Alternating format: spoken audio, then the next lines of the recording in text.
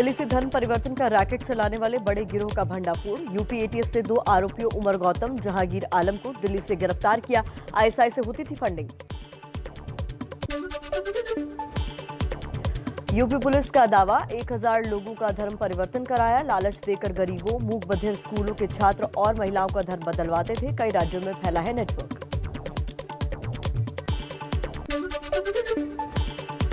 UP के cabinet मंत्री सिद्धार्थनाथ सिंह का बयान, धर्म परिवर्तन की घटनाएं संविधान और कानून के खिलाफ हैं। एटीएस ने गिरोह को पकड़ा, फंडिंग की जांच हो रही है। आप विधायक अमानतुल्लाह खान का बीजेपी पर निशाना, कहा बीजेपी देश के अल्पसंख्यकों और दलितों पर कर रही है जुल्म, हमारे संवैधानिक अधिकारों पर हमला हो रहा है।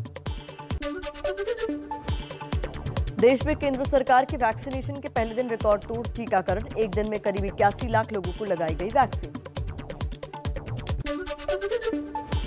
प्रधानमंत्री नरेंद्र मोदी ने ट्वीट कर कहा, वेल इन इंडिया, रिकॉर्ड तोड़ टीकाकरण संख्या खुश करने वाली उन सभी को बधाई जिन्होंने टीका लगाया, और उनको भी बधाई जिन्होंने ये सुनिश्चित किया कि इतने सारे नागरिकों को टीका मिल सके। गृह मंत्री अमित शाह का बड़ा बयान, कहा जुलाई अगस्त में टीकाकरण की गति बढ़ाएगा केंद्र। साथ ही कहा, इतनी बड़ी आबादी वाले देश में मुफ्त टीकाकरण का निर्णय एक बड़ा कदम।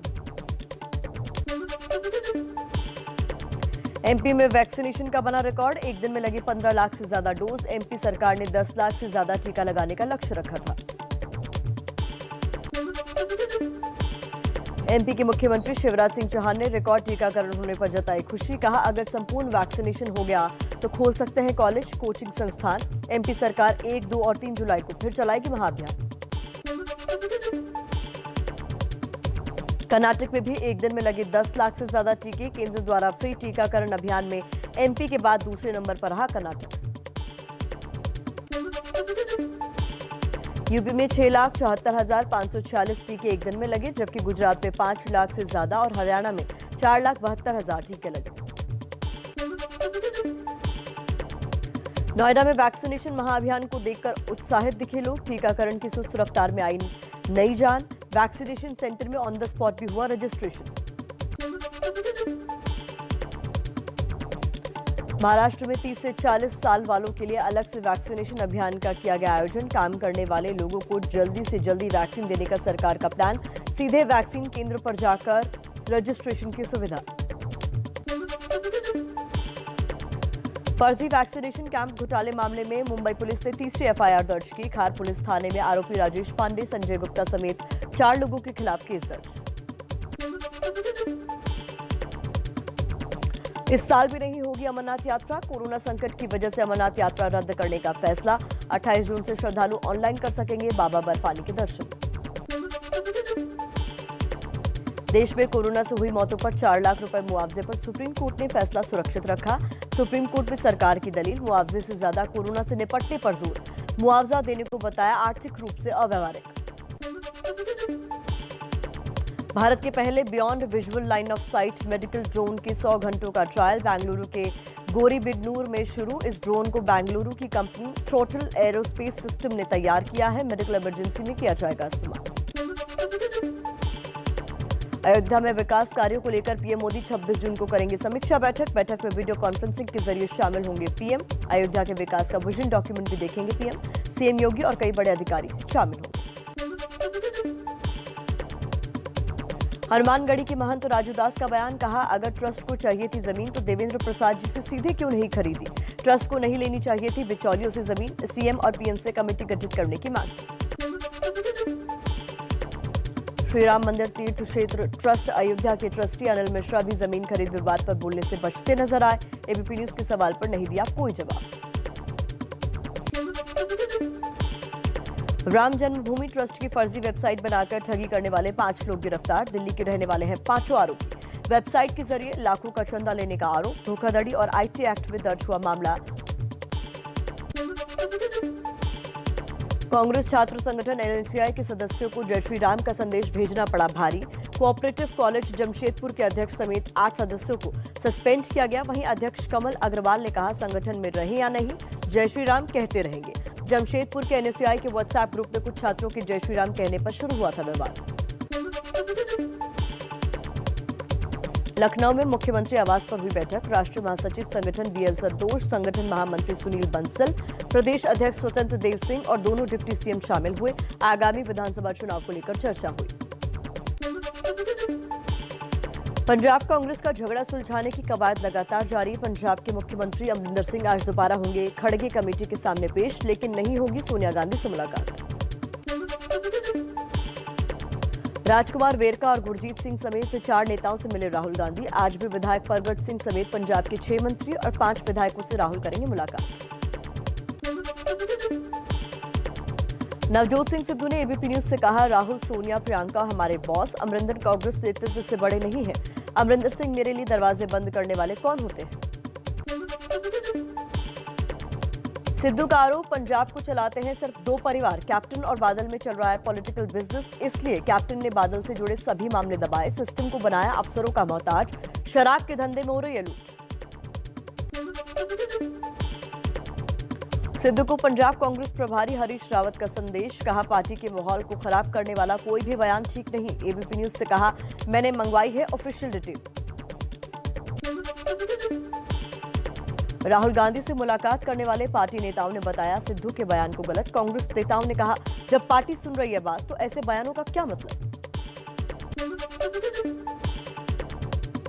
सूत्रों के मुताबिक खड़गे कमेटी नवजोत सिंह सिद्धू के अड़ियल रुख से नाखुश, इसलिए फैसलों में हो रही है देरी। अब सिद्धू को समझाने की कोशिश करेंगी प्रियंका गांधी।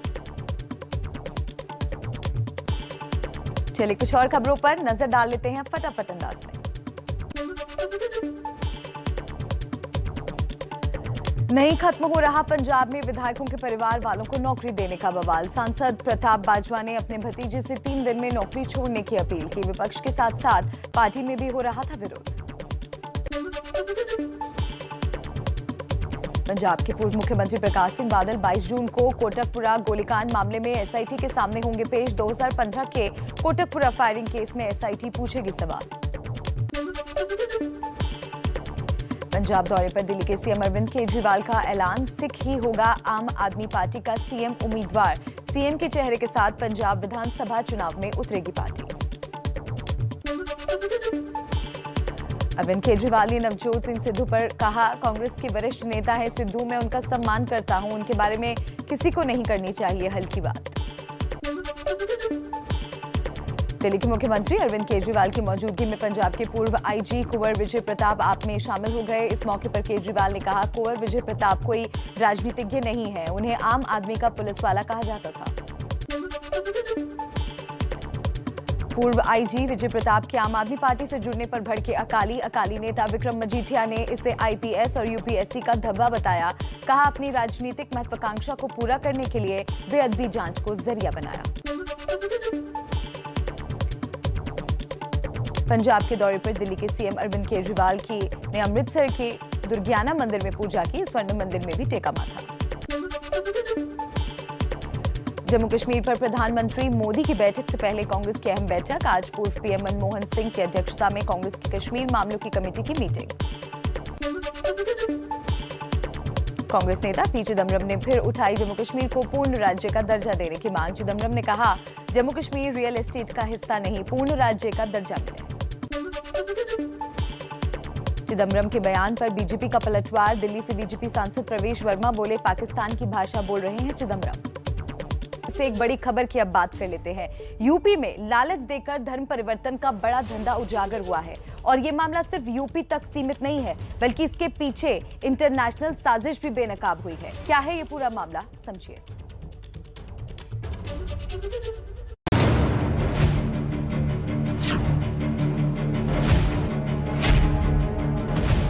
धर्म के नाम पर बड़े अधर्म का पर्दाफाश। यूपी एटीएस ने किया जबरन धर्म परिवर्तन का भांडाफोड़। मूक बधिर बच्चों और महिलाओं का बदला जाता था धर्म। धर्म परिवर्तन के पीछे पाकिस्तान की नापाक साजिश। यूपी एटीएस की गिरफ्त में सफेद कुर्ता पहने इन 2 लोगों की काली करतूत सुनकर हर कोई दंग है। सोमवार को नोएडा में धर्म परिवर्तन के ऐसे रैकेट का पर्दाफाश हुआ जिसने सबको हैरान कर दिया है। इस साजिश के सरगना हैं ये दोनों, जिनका नाम है मुफ्ती काजी जहांगीर आलम और उमर गौतम। गरीब मूक बधिर बच्चों और महिलाओं को लालच देकर धर्म परिवर्तन करवाया जाता है, लेकिन पुलिस के कान तब खड़े हो गए जब इसके पीछे पाकिस्तान की खुफिया एजेंसी ISI का हाथ होने की बात सामने आई। देश विरोधी और असामाजिक तत्व, धार्मिक संगठन, उनका सिंडिकेट तथा ISI और विदेशी संस्थानों के निर्देश पर तथा उनके फंडिंग पर लोगों का धर्म परिवर्तन कर देश के सौहार्द को बिगाड़ने का कार्य किया जा रहा था। हमारे मूक एवं बधिर बच्चे हैं, उनका भी धर्म परिवर्तन कराया है और कुछ महिलाओं का भी धर्म परिवर्तन करा के फिर उनकी शादी दूसरे धर्म के लोगों से कराया है। यूपी पुलिस के मुताबिक इन दोनों पर अब तक 1000 से ज्यादा लोगों के धर्म परिवर्तन का आरोप है। दोनों को दिल्ली के बाटला हाउस इलाके से गिरफ्तार किया गया है। यूपी पुलिस ने नोएडा के एक मूक बधिर स्कूल में छापा भी मारा, जहां नौकरी, पैसे और शादी का लालच देकर धर्म परिवर्तन करवाया जाता था। धर्म परिवर्तन के इस गैंग के राजफाश होने की कहानी गाजियाबाद से जुड़ी है। जबरन धर्म परिवर्तन के सरगना उमर गौतम की कहानी भी कम दिलचस्प नहीं है। दरअसल उमर गौतम का असली नाम श्याम प्रताप सिंह है। उमर गौतम का जन्म यूपी के फतेहपुर के हिंदू परिवार में हुआ। श्याम प्रताप 1979 में पंतनगर यूनिवर्सिटी में पढ़ने गया। AMU की लड़की से प्यार हुआ और घर वालों से छिपकर शादी कर ली और इस्लाम कबूल कर लिया। 3 जून को गाजियाबाद के डासना मंदिर में 2 युवकों ने पुजारी पर हमले का प्रयास किया। इन दोनों की गिरफ्तारी के बाद ही इस पूरे रैकेट का भंडाफोड़ हुआ। इन दोनों युवकों की निशानदेही पर ही उमर गौतम और जहांगीर कासमी पकड़े गए। बाद में घर वालों ने राजेश कुमारी नाम की एक लड़की से श्याम की शादी करवाई, लेकिन उमर गौतम उसे भी दिल्ली लेकर आ गया और उसका धर्म परिवर्तन करवा दिया। उमर गौतम की गिरफ्तारी के बाद फतेहपुर में उसके घर पर ATS की पूछताछ से जहां गहमा गहमी है, वहीं दिल्ली में उसके घर पर सन्नाटा पसरा है। धर्म परिवर्तन के गुनहगारों की गिरफ्तारी के बाद राजनीति भी शुरू हो गई है। ओखला के विधायक इसे यूपी चुनाव से जोड़कर देख रहे हैं। उत्तर प्रदेश की जो योगी जी की सरकार है, इस पे पूरी नज़र रखी हुई है और क्योंकि धर्म परिवर्तन की घटनाएं जो होती हैं वो संविधान के खिलाफ हैं और कानून के खिलाफ हैं, तो इसलिए इस पर नज़र रखी गई है और हम लोग के ATS ने उसमें कार्रवाई करी है। हिंदुस्तान के कॉन्स्टिट्यूशन ने ये आज़ादी दी है कि कोई भी आदमी अपने धर्म का प्रचार प्रसार कर सकता है और कोई भी आदमी अपनी आज़ादी के साथ किसी भी धर्म को अपना सकता है। लेकिन भाजपा उत्तर प्रदेश में इलेक्शन के चलते हुए पूरे हिंदुस्तान का माहौल बिगाड़ना चाहती है। पर मामला आगे भी राजनीतिक तूल पकड़ सकता है, लेकिन फिलहाल पुलिस पाकिस्तानी खुफिया एजेंसी ISI से फंडिंग की जड़ तलाशने में जुटी है। यहाँ आपको बता दें कि नोएडा का मूक बधिर स्कूल बस एक ठिकाना है जहां लालच देकर जबरन धर्म परिवर्तन करवाया था। दिल्ली और यूपी के कई शहरों में इस नेक्सस का शक है। साथ ही इसके कुछ ऐसे इरादे भी सामने आए जो काफी खतरनाक है। नोएडा में जिस मूक बधिर स्कूल में जबरन धर्म परिवर्तन को लेकर छानबीन चल रही है, वहां से मन्नू यादव से अब्दुल मन्नान बन चुके युवक की कहानी सामने आई है। गुरुग्राम में रहने वाला ये मन्नू यादव का परिवार है। मन्नू की मां बताती है कि वो नोएडा स्कूल जाने से पहले ही कुछ मुस्लिम युवकों के संपर्क में आकर इस्लाम धर्म के बारे में बात करने लगा था। उस वजह से इसने एक्टिविटी मतलब चेंज करी, ये मुस्लिम धर्म के बारे में मतलब बात करने लगा मेरे से। मैंने कहा भाई ये क्या बात है, मेरे को बता। बोले मम्मी मुस्लिम मतलब ये चीज़ है, सबका लायक है। तो मैंने इसकी ये चीज़ें पकड़ी और उसके समझने के बाद हमने इससे पूछा, इसने हमें कुछ नहीं बताया। बाद में मन्नू ने ऐसा नाटक किया जैसे उसका इस्लाम से मोहभंग हो गया और परिवार वालों को समझा बुझाकर वो नोएडा के मूक बधिर स्कूल पहुंच गया। एक दिन मन्नू यादव के मोबाइल पर जब धर्म परिवर्तन का सर्टिफिकेट आया तो परिवार वालों के पैरों तले से जमीन खिसक गई।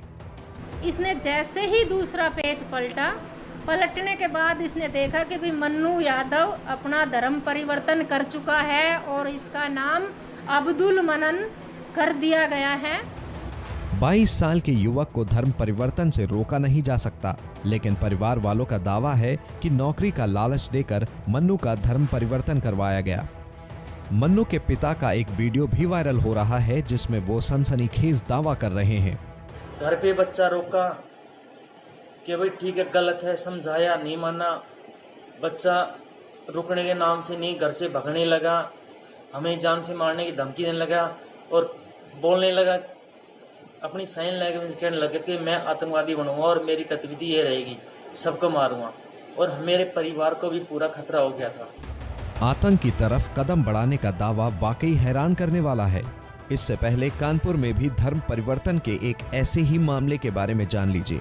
दिल्ली नोएडा से लेकर कानपुर तक धर्म परिवर्तन नेटवर्क के खुलासे के बाद धर्म परिवर्तन का शिकार आदित्य नाम का एक युवक अचानक घर लौट आया। परिवार के मुताबिक आदित्य मार्च में केरल काम करने जाने का दावा किया था। आदित्य के पिता का दावा है कि उसके खाते में विदेश से कुछ पैसे भी आए और उसका धर्म परिवर्तन भी कर दिया गया।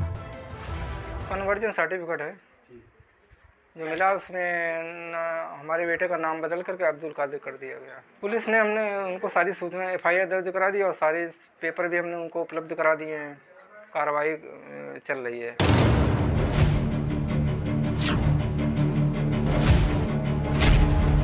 क्या मामला सिर्फ धर्म परिवर्तन तक सीमित था या इस नेटवर्क का मकसद कुछ और था? जांच एजेंसियां भी अब इस बात की तहकीकात में जुट गई हैं। जांच से जुड़े एक आला अधिकारी ने बताया कि जिन 2 लोगों को गिरफ्तार किया गया है उनसे अब तक की पूछताछ के दौरान ये पता चला है कि ये दोनों तो मात्र मोहरे हैं, जबकि पर्दे के पीछे कोई और ही खेल खेल रहा था। अब गिरफ्तार लोगों से पता लगाने की कोशिश की जा रही है कि धर्म परिवर्तन की आड़ में कहीं इन लोगों का मकसद किसी बड़ी आतंकवादी साजिश को अंजाम देना तो नहीं था। फिलहाल पुलिस और जांच एजेंसियां पूरे नेटवर्क और इसके मकसद का पता लगाने में जुटी हैं। बात पंजाब की कर लेते हैं। पंजाब में अगले साल होने वाले चुनाव से पहले कांग्रेस का अंदरूनी झगड़ा बढ़ता ही जा रहा है। कैप्टन अमरिंदर कमेटी के सामने हाजिर होने के लिए दिल्ली पहुंचे हैं, तो उधर नवजोत सिंह सिद्धू ने उनके खिलाफ मोर्चा खोल दिया है।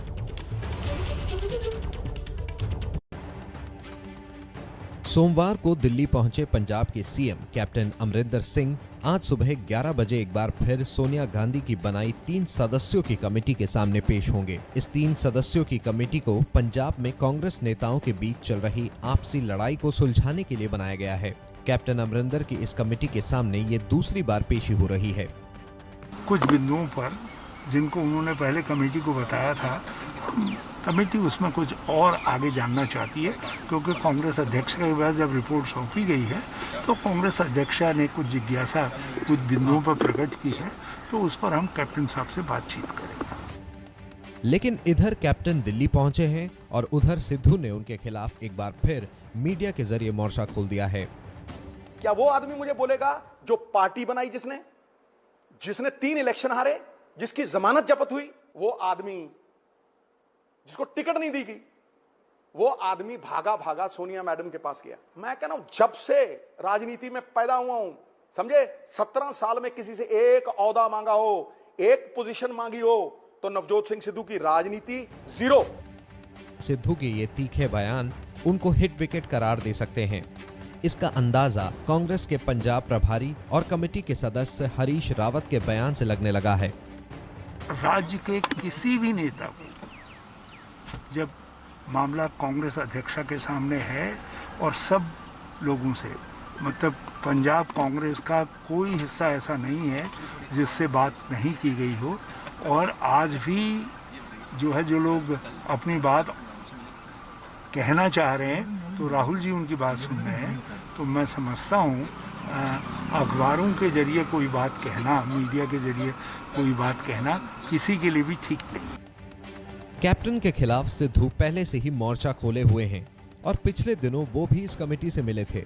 सबकी दलीलें सुनने के बाद कमेटी अपनी रिपोर्ट सोनिया गांधी को सौंप चुकी है।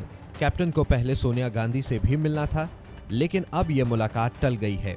पंजाब में चुनाव से पहले आई इस मुसीबत को कांग्रेस जल्द से जल्द निपटा लेना चाहती है, लेकिन ये झगड़ा कम होने के बजाय बढ़ता ही जा रहा है।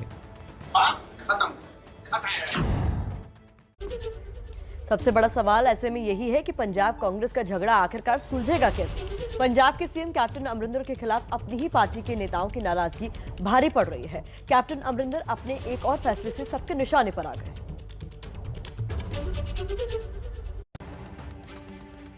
पंजाब के सीएम कैप्टन अमरिंदर सिंह ने हाल ही में 2 कांग्रेस विधायकों के बेटों को नौकरी दी थी। इनमें से एक कांग्रेस सांसद प्रताप बाजवा का भतीजा भी है। इस मुद्दे पर कैप्टन पार्टी के बाहर ही नहीं, पार्टी के भीतर भी घिर गए। कहा यह जाने लगा कि कैप्टन ने अपनी कुर्सी बचाने के लिए ये पासा फेंका है। आपको अपनी कुर्सी बचाने के लिए एमएलए के बेटों को नौकरी देनी पड़ी? क्या इतनी बुरी हालत हो गई है? सवाल तो ये था ना कि पहले दिन ही एक इंस्पेक्टर जाता और कहता जी ये आपने किया है, ये ऐसे, ये एविडेंस कितना वीक कर दिया। बवाल बढ़ने के बाद बाजवा ने खुद अपने भतीजे से नौकरी छोड़ने की अपील कर दी है।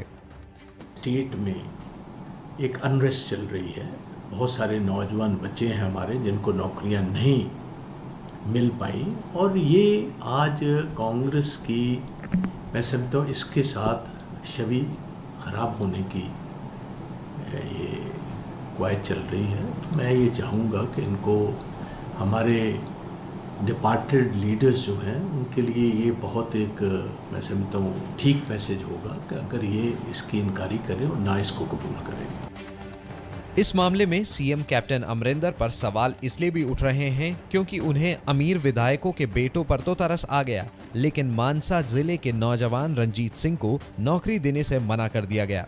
बीए, बीएड और आईटीटी की डिग्री हासिल कर चुके रंजीत के पिता हरभजन सिंह 1995 में फौज के ऑपरेशन रक्षक में आतंकियों से लोहा लेते हुए शहीद हो गए थे। मैं ਤਰਸ ਆਧਾਰ ਤੇ ਜਦੋਂ ਸਰਕਾਰ ਮੂਰੇ ਅਰਜ਼ੀ ਪੇਸ਼ ਕੀਤੀ 2017 ਦੇ ਵਿੱਚ, ਤੇ ਸਰਕਾਰ ਨੇ ਉਹ ਨਾ ਮਨਜ਼ੂਰ ਕਰਤੀ ਕਿ ਤੁਹਾਨੂੰ ਅਸੀਂ ਤਰਸ ਆਧਾਰ ਤੇ ਨੌਕਰੀ ਨਹੀਂ ਦੇ ਸਕਦੇ। ਤਾਂ ਮੈਂ ਸਰਕਾਰ ਤੋਂ ਹੀ ਪੁੱਛਣਾ ਚਾਹਣਾ ਹੈ ਵੀ ਸਾਨੂੰ ਤਾਂ ਉਦੋਂ ਮਨਾ ਕਰਤਾ ਵੀ ਤਰਸ ਆਧਾਰ ਤੇ ਨੌਕਰੀ ਦੇ ਨਹੀਂ ਸਕਦੇ, ਪਰ ਅੱਜ ਆਪਦੇ ਚਹੇਤਿਆਂ ਨੂੰ ਤਰਸ ਆਧਾਰ ਤੇ ਨੌਕਰੀ ਦੇ ਰਹੇ ਨੇ।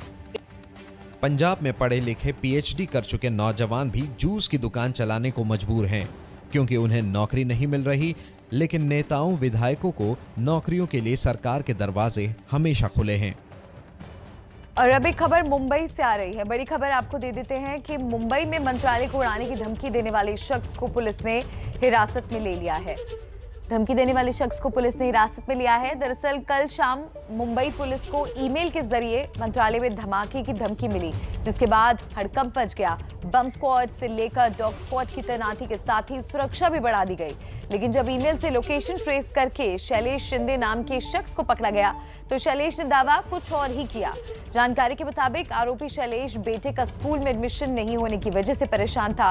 शैलेश बेटे का 1 साल खराब होने के गुस्से में था और इसी वजह से उसने धमाके की धमकी दे डाली और इस तरह का ईमेल भेज दिया। हालांकि पुलिस पूरे मामले की जांच कर रही है। महाराष्ट्र विधानमंडल सचिवालय में फिर से एक बार बम रखने की खबर से हड़कंप मच गया है। हम फिलहाल है मंत्रालय परिसर में। हम देख सकते हैं पीछे कि बॉम्ब स्क्वाड और डॉग स्क्वाड, ये दोनों स्क्वाड जो है वो यहाँ पर आ गए हैं। इनके तरफ से इन्वेस्टिगेशन किया जा रहा है, इनकी तरफ से जांच किया जा रहा है। तीनों बिल्डिंग में जो है वो फिलहाल जो है वो इन्वेस्टिगेशन किया जा रहा है। यहाँ पर हम देख सकते हैं कि बड़े पैमाने पर पुलिस भी यहाँ पर दिखाई दे रही है। आप देख सकते हैं कि बॉम्ब स्क्वाड पथक जो है वो फिलहाल सचिवालय से बाहर निकलते हुए जो दिखाई दे रहा है। इन्वेस्टिगेशन जो है वो पूरी शायद हो गई है और इस संदर्भ में शैलेश शिंदे जो है उनको अरेस्ट किया गया है और मुंबई पुलिस जो है इस संदर्भ में जांच कर रही है और मरीन लाइन पुलिस स्टेशन में जो है ये गुन्हा जो है वो नोंद किया गया है। कैमरामैन अनिल के साथ अभिषेक मुठाल, एबीपी न्यूज़, मुंबई। देश में केंद्र सरकार के वैक्सीनेशन के पहले दिन रिकॉर्ड तोड़ टीकाकरण। एक दिन में करीब 81 लाख लोगों को लगाई गई वैक्सीन। प्रधानमंत्री नरेंद्र मोदी ने ट्वीट कर कहा, वेल डन इंडिया। रिकॉर्ड तोड़ टीकाकरण संख्या खुश करने वाली बात। उन सभी को बधाई जिन्होंने टीका लगवाया और उनको भी बधाई जिन्होंने ये सुनिश्चित किया कि इतने सारे नागरिकों को टीका मिल सके। गृह मंत्री अमित शाह का बड़ा बयान, कहा जुलाई अगस्त में टीकाकरण की गति बढ़ाएगा केंद्र। साथ ही कहा इतनी बड़ी आबादी वाले देश में मुफ्त टीकाकरण का निर्णय एक बड़ा कदम। एमपी में वैक्सीनेशन का बना रिकॉर्ड, एक दिन में लगे 15 लाख से ज्यादा डोज। एमपी सरकार ने 10 लाख से ज्यादा टीके लगाने का रखा था लक्ष्य। एमपी के मुख्यमंत्री शिवराज चौहान ने रिकॉर्ड टीकाकरण होने पर जताई खुशी, कहा अगर संपूर्ण वैक्सीनेशन हो गया तो खोल सकते हैं कॉलेज, कोचिंग संस्थान। एमपी सरकार 1, 2 और 3 जुलाई फिर चलाएगी महाअभियान। कर्नाटक में भी एक दिन में लगे 10 लाख से ज्यादा टीके, केंद्र द्वारा फ्री टीकाकरण अभियान में एमपी के बाद दूसरे नंबर पर रहा कर्नाटक। यूपी में 6,74,546 टीके एक दिन में लगे, जबकि गुजरात में 5 लाख से ज्यादा और हरियाणा में 4,72,000 टीके लगे। नोएडा में वैक्सीनेशन महाअभियान को देखकर उत्साहित दिखे लोग, टीकाकरण की सुस्त रफ्तार में आई नहीं जान। वैक्सीन सेंटर में ऑन द स्पॉट भी हुआ रजिस्ट्रेशन। महाराष्ट्र में 30 से 40 साल वालों के लिए अलग से वैक्सीनेशन अभियान का किया गया आयोजन। काम करने वाले लोगों को जल्दी से जल्दी वैक्सीन देने का सरकार का प्लान, सीधे वैक्सीन केंद्र पर जाकर रजिस्ट्रेशन की सुविधा। फर्जी वैक्सीनेशन कैंप घोटाले मामले में मुंबई पुलिस ने तीसरी एफआईआर की दर्ज। खार पुलिस थाने में आरोपी राजेश पांडे, संजय गुप्ता समेत 4 लोगों के खिलाफ केस दर्ज। दिल्ली में बार खुल गए हैं, सोशल डिस्टेंसिंग के लिए की गई सीटें रिजर्व। बार खोलने का समय दोपहर 12 बजे से रात 10 बजे तक का तय किया गया है और 50% सीटिंग कैपेसिटी का नियम भी लागू होगा। रोहतास जिले तुतला भवानी झरना में प्रतिदिन हजारों लोग हो रहे हैं इकट्ठा। सोशल डिस्टेंसिंग का नहीं दिख रहा कोई ध्यान। तुतला पहाड़ी से गिरने वाले झरना से बने कुंड में सामूहिक स्नान कर रहे हैं लोग। बिहार में 23 जून से दुकानें शाम 7 बजे तक खुलेंगी। पार्क सुबह 6 बजे से दोपहर 12 बजे तक ही खुलेंगे। रात 9 बजे से सुबह 5 बजे तक नाइट कर्फ्यू जारी रहेगा।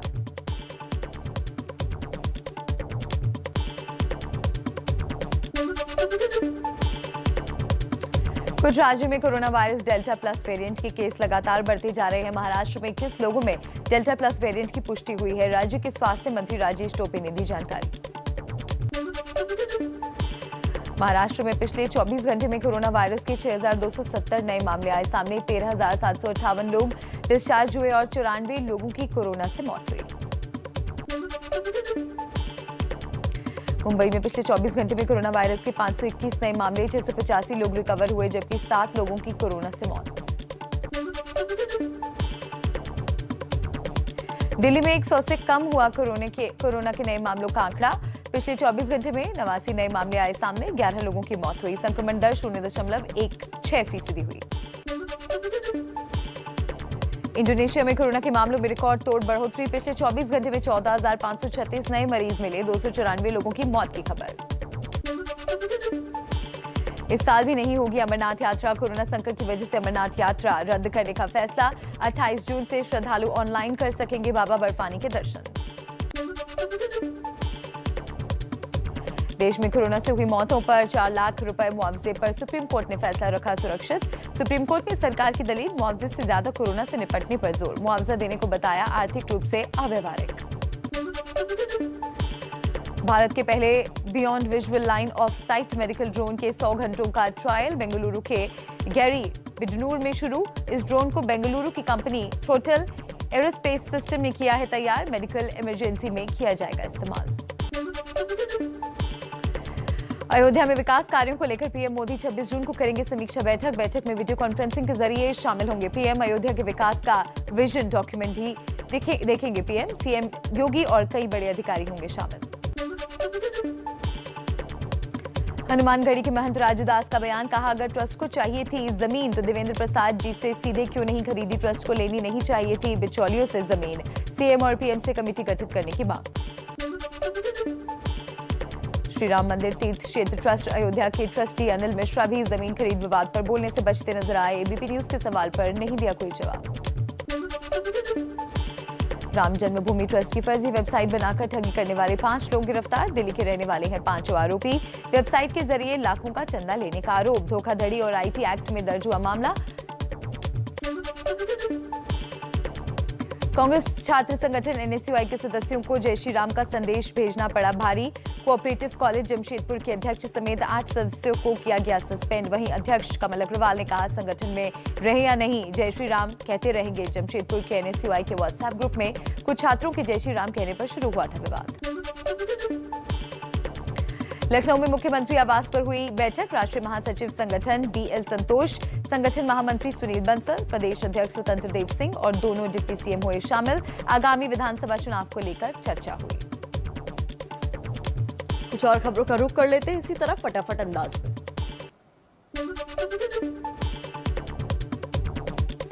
पंजाब कांग्रेस का झगड़ा सुलझाने की कवायद लगातार जारी। पंजाब के मुख्यमंत्री अमरिंदर सिंह आज दोबारा होंगे खड़गे कमेटी के सामने पेश, लेकिन नहीं होगी सोनिया गांधी से मुलाकात। राजकुमार वेरका और गुरजीत सिंह समेत 4 नेताओं से मिले राहुल गांधी। आज भी विधायक परगट सिंह समेत पंजाब के 6 मंत्री और 5 विधायकों से राहुल मुलाकात करेंगे।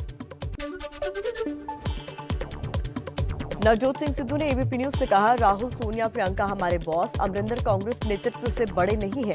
अमरिंदर सिंह, मेरे लिए दरवाजे बंद करने वाले कौन होते हैं? सिद्धू का आरोप, पंजाब को चलाते हैं सिर्फ 2 परिवार। कैप्टन और बादल में चल रहा है पॉलिटिकल बिजनेस, इसलिए कैप्टन ने बादल से जुड़े सभी मामले दबाए। सिस्टम को बनाया अफसरों का मोहताज। शराब के धंधे में हो रही है लूट। सिद्धू को पंजाब कांग्रेस प्रभारी हरीश रावत का संदेश। कहा, पार्टी के माहौल को खराब करने वाला कोई भी बयान ठीक नहीं। ABP न्यूज से कहा, मैंने मंगवाई है ऑफिशियल डिटेल। राहुल गांधी से मुलाकात करने वाले पार्टी नेताओं ने बताया सिद्धू के बयान को गलत। कांग्रेस नेताओं ने कहा, जब पार्टी सुन रही है बात तो ऐसे बयानों का क्या मतलब?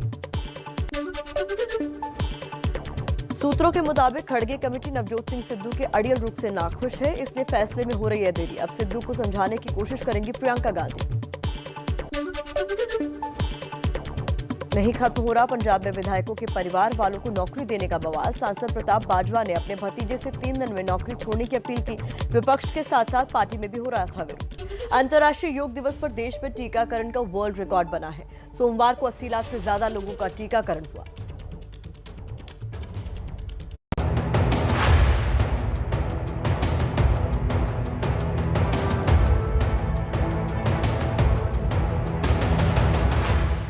कोरोना महामारी के खिलाफ सोमवार को शुरू हुए महाअभियान के पहले दिन देश की जनता ने बढ़ चढ़कर हिस्सा लिया और नतीजा ये हुआ कि भारत ने टीकाकरण के मामले में नया रिकॉर्ड बना दिया।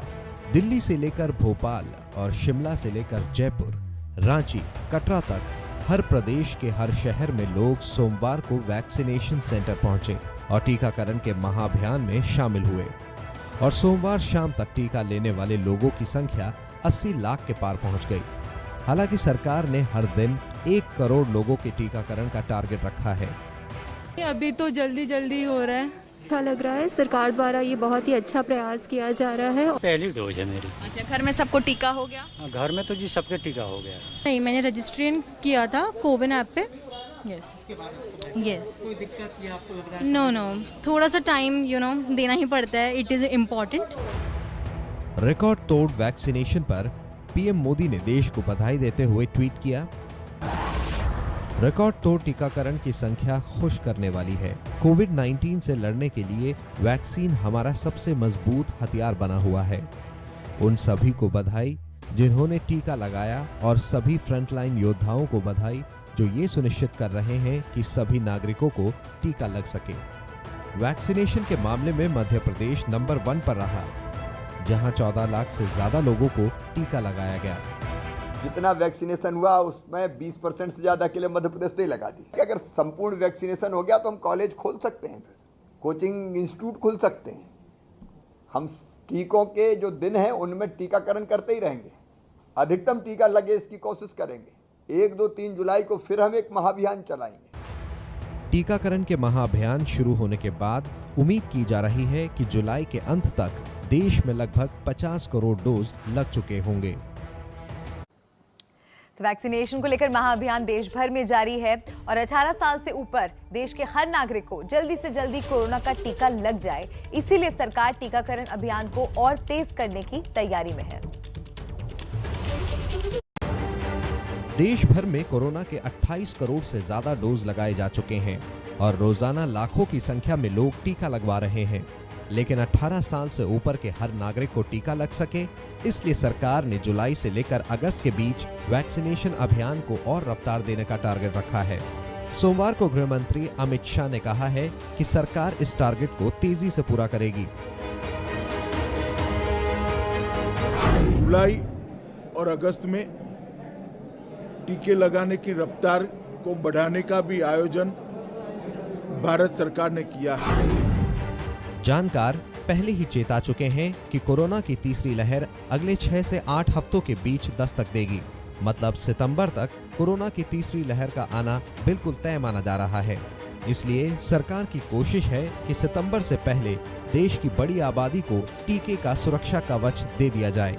ऐसा इसलिए भी जरूरी है क्योंकि स्टडी में ये बात भी साबित हुआ है कि टीकाकरण के बाद कोरोना से होने वाली मृत्यु दर में कमी आई है और अस्पतालों पर भी बोझ कम हुआ है। हालांकि मध्य प्रदेश और कर्नाटक की कोशिश काबिले तारीफ है, लेकिन ये दोनों राज्य अपने इस रिकॉर्ड को कायम रखने के लिए और क्या कुछ करने वाले हैं, इसी पर अपडेट के साथ भोपाल से जुड़ रहे हैं मेरे सहयोगी ब्रजेश राजपूत और बेंगलुरु से पिंकी राजपुरोहित। ब्रजेश, सबसे पहले आपके पास आ रही हूँ। मध्य प्रदेश पहले पायदान पर रहा, क्या लग रहा है आपको, ऐसी क्या खास तैयारियां थी और बाकी राज्य क्या सीख सकते हैं मध्य प्रदेश से? देखिए, मध्य प्रदेश में जो कल का आंकड़ा जो हम लोगों के पास देर रात तक आता रहा वो था 16,73,000, यानी कुल 14 घंटे वैक्सीनेशन हुआ। 14 घंटे में 16 लाख लोगों को वैक्सीन लगी, यानी कि हर घंटे 1 लाख लोगों से ज़्यादा। जो मध्य प्रदेश के 52 जिले हैं और हर जिले में 100% से ज़्यादा 112, 113, 115% तक वैक्सीन लगी। कई जिलों में तो वैक्सीन खत्म हो गई। दरअसल मध्य प्रदेश सरकार ने जो एक स्ट्रेटजी अपनाई थी कि बिल्कुल ऐसी तैयारी की गई थी कि जैसे मतदान का दिन हो। ये जो मेरे पीछे वैक्सीनेशन सेंटर है जो अभी कुछ देर बाद खुल जाएगा यहाँ पे, तो उस सेंटर, हर सेंटर में ऐसा माहौल तैयार किया गया, ऐसा माहौल बनाया गया था जैसे कोई मतदान का दिन हो। वहाँ लोगों का स्वागत किया जा रहा था। मतदान केंद्रों जैसे वैक्सीनेशन सेंटर को सजाया गया था।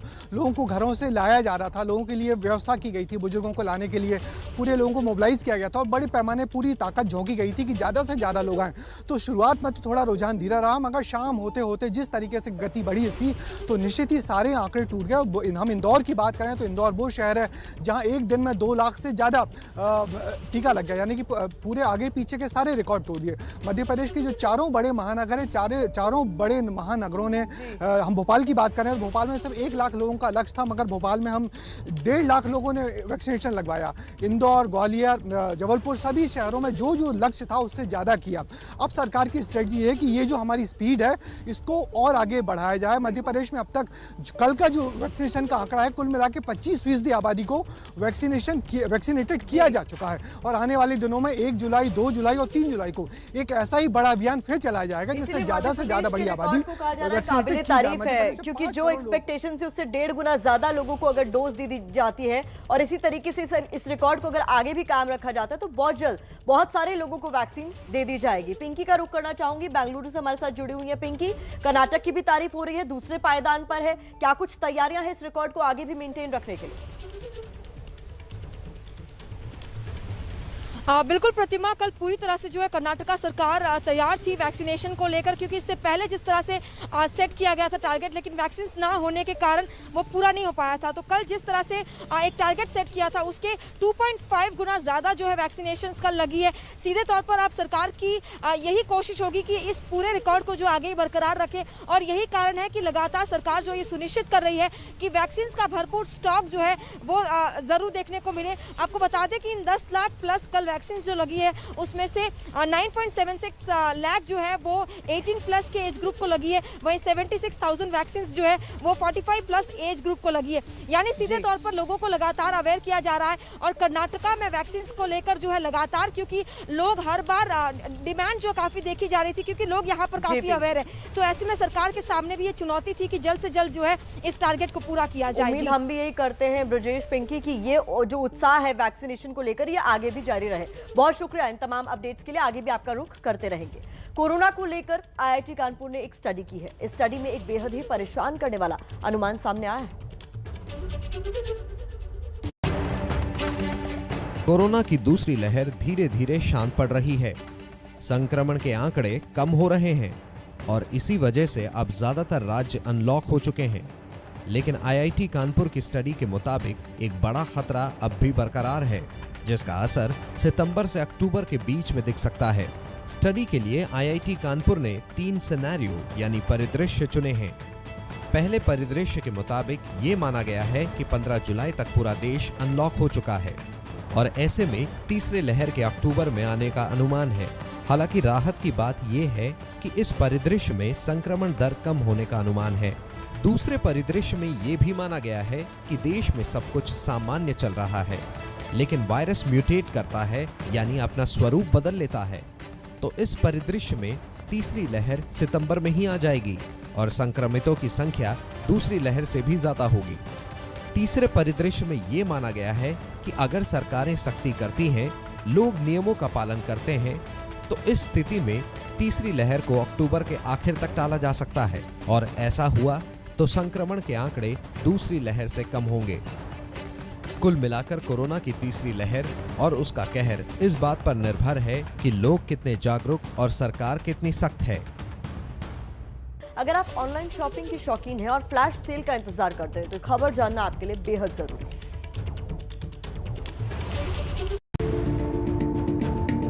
केंद्र सरकार ने उपभोक्ता संरक्षण कानून के तहत ई-कॉमर्स नियम कंपनियों की निगरानी के लिए नया ड्राफ्ट तैयार किया है। सरकार इस नए ड्राफ्ट पर 15 दिन के भीतर लोगों से राय मांगी है। नए ड्राफ्ट में ई-कॉमर्स प्लेटफॉर्म पर फ्लैश सेल पर पूरी तरह प्रतिबंध लगाने को कहा गया है। फ्लैश सेल को पूरी तरह अव्यावहारिक और उपभोक्ताओं को लूटने वाला बताया गया है। फ्लैश सेल का फायदा केवल कुछ चुनिंदा कंपनियों और बिजनेस को होता है। ऐसे में दूसरी कंपनियों को अपना माल बेचने का मौका नहीं मिल पाता है। इसके साथ ही सभी ई-कॉमर्स कंपनियों को भारत में रजिस्ट्रेशन अनिवार्य करने को कहा गया है। मसौदे में सभी कंपनियों से उपभोक्ता शिकायतों के निवारण के लिए एक मजबूत व्यवस्था तैयार करने के लिए भी कहा गया है। मंत्रालय के अनुसार प्रस्तावित संशोधनों का उद्देश्य ई-कॉमर्स प्लेटफॉर्म में पारदर्शिता लाना और नियामक व्यवस्था को और मजबूत करना है। उपभोक्ता मंत्रालय का कहना है कि उपभोक्ताओं से अनुचित व्यापार से जुड़ी कई शिकायतें मिलने के बाद नए नियम बनाने के निर्णय लिया गया है। इस वक्त एक बड़ी खबर मिल रही है हमें, वो बड़ी खबर आपको बता देते हैं। ये बड़ी खबर जम्मू कश्मीर से जुड़ी। पीएम की जम्मू कश्मीर के राजनीतिक दलों के साथ बैठक से पहले आज सुबह 11:30 बजे प्रदेश बीजेपी के कोर ग्रुप की जम्मू में बैठक होगी। ये बैठक बीजेपी दफ्तर में है। आपको बता दें कि 2 दिनों पहले सूत्रों के हवाले से ये खबर आई थी कि जम्मू कश्मीर में चुनाव और डिलिमिटेशन के मुद्दे पर केंद्र सरकार ने बैठक बुलाई है। तो ये बड़ी जानकारी आपको बता रहे हैं। 24 जून को पीएम मोदी ने जम्मू कश्मीर पर यह अहम बैठक बुलाई है। कई राजनीतिक दलों के साथ संपर्क में केंद्र सरकार बताया जा रहा है कि पहले से ही है और सुबह 11:30 बजे कोर ग्रुप की बैठक होनी है। और इस बीच आपकी जेब पर असर डालने वाली खबर हमें मिल रही है। दिल्ली में एक दिन की राहत के बाद पेट्रोल और डीजल के दामों में फिर से बढ़ोतरी दर्ज की गई है। आज पेट्रोल 28 पैसे तो डीजल 26 पैसे महंगा हो गया है। दिल्ली में अब पेट्रोल 97 रुपये 56 पैसे का हो गया है तो डीजल की कीमत 88 रुपये 29 पैसे पर पहुंच गई है। पिछले 29 दिनों के अगर हिसाब की बात करें तो 29 दिनों में पेट्रोल 7 रुपये 18 पैसे और डीजल 7 रुपये 45 पैसे प्रति लीटर दाम में इसकी वृद्धि हो चुकी है 29 दिनों में। किसी दिन 30 पैसे, किसी दिन 28 पैसे तो किसी दिन 26 पैसे। यही आंकड़ा है लगातार कई दिनों से पेट्रोल और डीजल के दामों में लगातार बढ़ोतरी देखते हुए। आज का भी भाव जो है वो बढ़ गया है। आज का जो पेट्रोल का ताजा प्राइस है वो है 97 रुपीज 56 पैसे। आज पेट्रोल फिर परसों से आज तक 28 पैसे महंगा हो गया है, यानी कि एक दिन छोड़कर जो पेट्रोल वापस से बढ़ा है उसमें 28 पैसे की बढ़ोतरी हो गई है।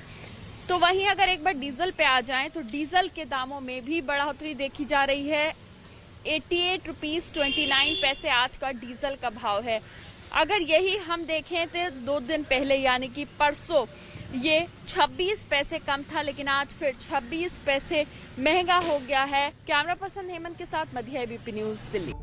और क्या महंगाई के मुद्दे पर मोदी सरकार को घेरने की बड़ी तैयारी चल रही है विपक्ष की तरफ से? सियासी गलियारों में लगातार बढ़ती हलचल से ऐसा ही लग रहा है। पेट्रोल डीजल की लगातार बढ़ती कीमतों पर हाल ही में देशव्यापी प्रदर्शन कर चुकी कांग्रेस पार्टी फिर से बड़ी तैयारी कर रही है। सूत्रों के मुताबिक कांग्रेस बहुत जल्द फिर से कार्यकर्ताओं के साथ सड़क पर उतर सकती है। इसी कड़ी में सोनिया गांधी ने 24 जून को पार्टी के महासचिवों और प्रभारियों की बैठक बुलाई है। बैठक में महंगाई के खिलाफ आंदोलन करने को लेकर कांग्रेस के बड़े नेता रणनीति बनाएंगे। आने वाले समय में जिन 5 राज्यों में विधानसभा चुनाव है उसको लेकर भी चर्चा होगी। तो एक तरफ कांग्रेस एक्टिव है तो दूसरी तरफ मोदी विरोधी एक और खेमे में बैठकों का दौर शुरू होने वाला है। टीएमसी नेता यशवंत सिन्हा ने अपने फोरम राष्ट्र मंच की आज शाम 4 बजे एक बैठक बुलाई है। ये बैठक एनसीपी प्रमुख शरद पवार के घर आयोजित की जाएगी। यशवंत सिन्हा का दावा है कि बैठक के लिए 15 दलों के नेताओं को बुलाया गया है। हालांकि कांग्रेस के मनीष तिवारी और शत्रुघ्न सिन्हा ने निजी कारणों की वजह से आने से मना कर दिया है। बैठक का एजेंडा मौजूदा मुद्दों पर राजनीतिक चर्चा ही रहेगा। बंगाल में टीएमसी की जीत के बाद बीजेपी विरोधी खेमा लगातार एक्टिव है और विपक्ष की पूरी कोशिश है कि कोरोना की वजह से जो बड़े मुद्दे पीछे छूट गए थे उन्हें जनता के बीच लेकर जाया जाए। अब खबर बिहार से। बिहार का हाल इन दिनों बेहाल है। वजह है बाढ़, जिसने घर, स्कूल, सड़कों पर अपना डेरा जमा लिया है।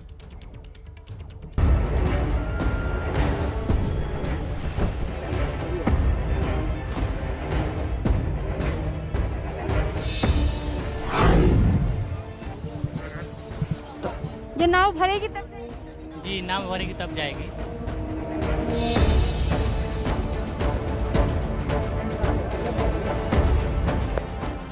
कोई भी नहीं आया है इसमें मदद करने के लिए। बाहर आने जाने हर एक चीज, खाने पीने में हर एक चीज का दिक्कत है अभी। ये हाल है बिहार का, जहां सत्ता बदलती है, सत्ता में काबिज होने वाले चेहरे बदलते हैं, लेकिन जनता की नियति हर बार एक जैसी रहती है। बरसात होते ही घर, जमीन सब कुछ जलमग्न हो जाता है। ये गोपालगंज का रामनगर इलाका है। बरसात और नेपाल से छोड़े जाने वाले पानी की वजह से यहाँ क्या हालात हो गए हैं ये तस्वीरों में साफ नजर आ रहा है। यहाँ एक नहीं, 2 नहीं, 100 गांव गंडक के बड़े जलस्तर से प्रभावित हुए हैं। बिल्कुल सामने ये जो 2 इमारतें आपको दिखाई दे रही हैं, ये दोनों स्कूल हैं। पीली वाली बिल्डिंग 12वीं तक का सरकारी स्कूल है और गुलाबी बिल्डिंग 8वीं तक का स्कूल है और ये दोनों स्कूल डूबे हुए हैं। कुछ लोगों को देखिए जो बीच में अपनी जान जोखिम में डालकर अपने गांव की तरफ जाने की कोशिश कर रहे हैं, क्योंकि इस स्कूल के आगे की तरफ कुछ गांव हैं जिन गांवों में घरों के अंदर पानी घुसा हुआ है। इस बरसात ने किसानों की कमर भी तोड़ दी है। उम्मीदों के साथ लगाई गई धान और गन्ने की फसल पानी में डूब चुकी है।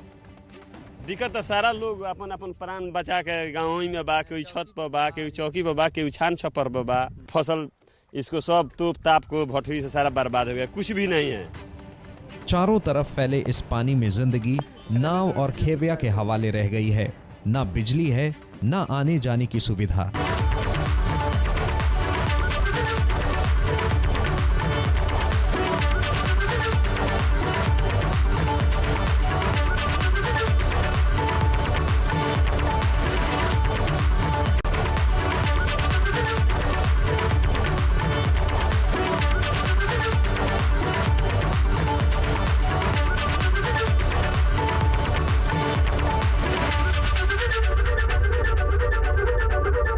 इंतजार हमारा खत्म हुआ है या नहीं? कार्टून दिखाइए, क्या बनाया आज आपने?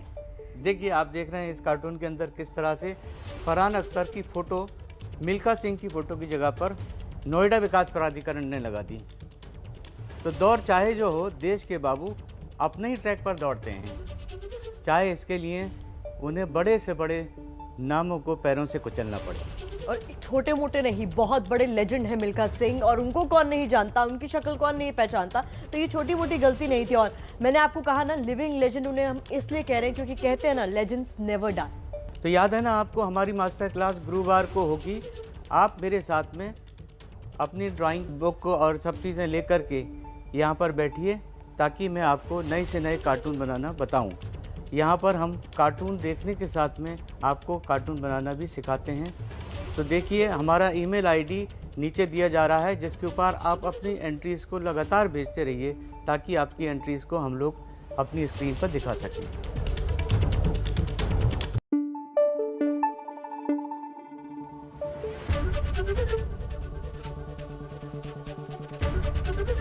ABP News, आपको रखे आगे।